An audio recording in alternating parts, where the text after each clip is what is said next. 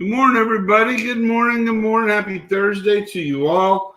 I am, as the last couple days have gone by, I've kind of done this kind of slow, backwards kind of way. But today we're starting off earlier than normal. And the reasoning is I've got some training I got to get to in about 10, 15 minutes. So I wanted to make sure that I didn't neglect my promise of doing this on a daily basis.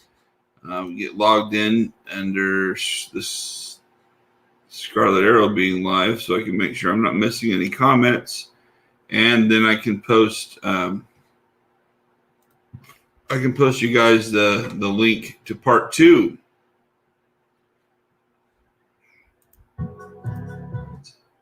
Part 2 of yesterday we did half of the 28 positive things you can do when business is slow, and we're going to finish that up today. So here are, boom, 1 and 2.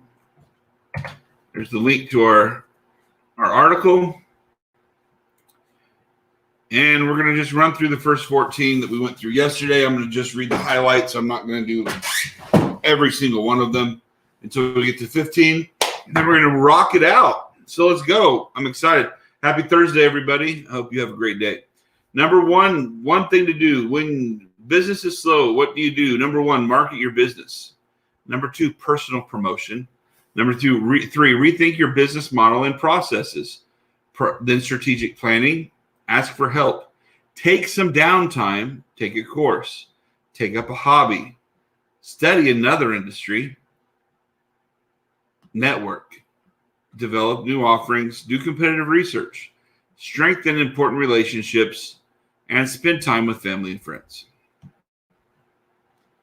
That gets us through the first 14.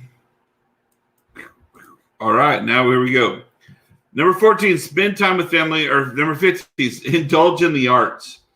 What a wonderful way to open horizons in your thinking and perspective, to read, listen to good music, attend dramatic performances, and walk through an art gallery or museum.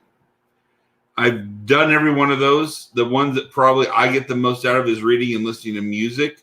Dramatic performances tend to be a distraction to me because most of the ones I go to or have gone to, my wife loves them. I've obviously accompanied her. I'll send Sam or one of the other kids most of the time because I like to know the ones I already know. I like to know the ones I know the music to so I can sing along. I'm kind of weird like that, and she doesn't like that because it's not good etiquette at those things, but I just do me. Art galleries and museums. It's a bunch of old stuff that I can see on the internet. Not my cup of tea. We did go, and we did enjoy ourselves in St. Louis for our anniversary a couple of years ago, and the museum there is free. I mean, it's nice to say you've seen a Rembrandt and a Picasso in real life, and I mean, for me to camera, how far away we were. So, I mean, it was cool to say I've done it, but in reality, I'm not going to be inspired from it. So it's not something I'm going to do on a regular basis, but that goes back to knowing you, knowing what's going to benefit you. Number 16, develop a new skill. Whether in business or life, you likely can catch your thinking, I wish I knew how to do that. Now's the time to learn. I've always wanted to teach myself or learn Spanish.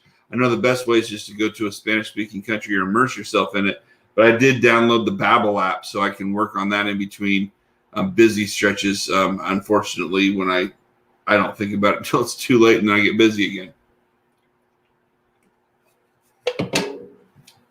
Number 17, improve your time management.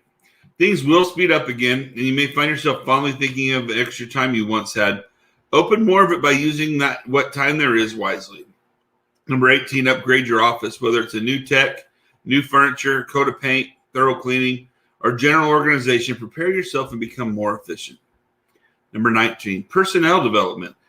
There's more in your business than you. Help develop your staff members to expand their horizons. Number 20, survey customers. How do they actually think, want, and feel outside of your assumptions? How is your company doing in regards to them? Get some harsh but necessary answers. Survey employees. Knowing what's going on with people at your company is every bit as important as knowing what the customers are doing. Number 22, write. Turn out some articles or blog posts. Start a book if you're inclined. Nothing cements understanding like the process of explanation.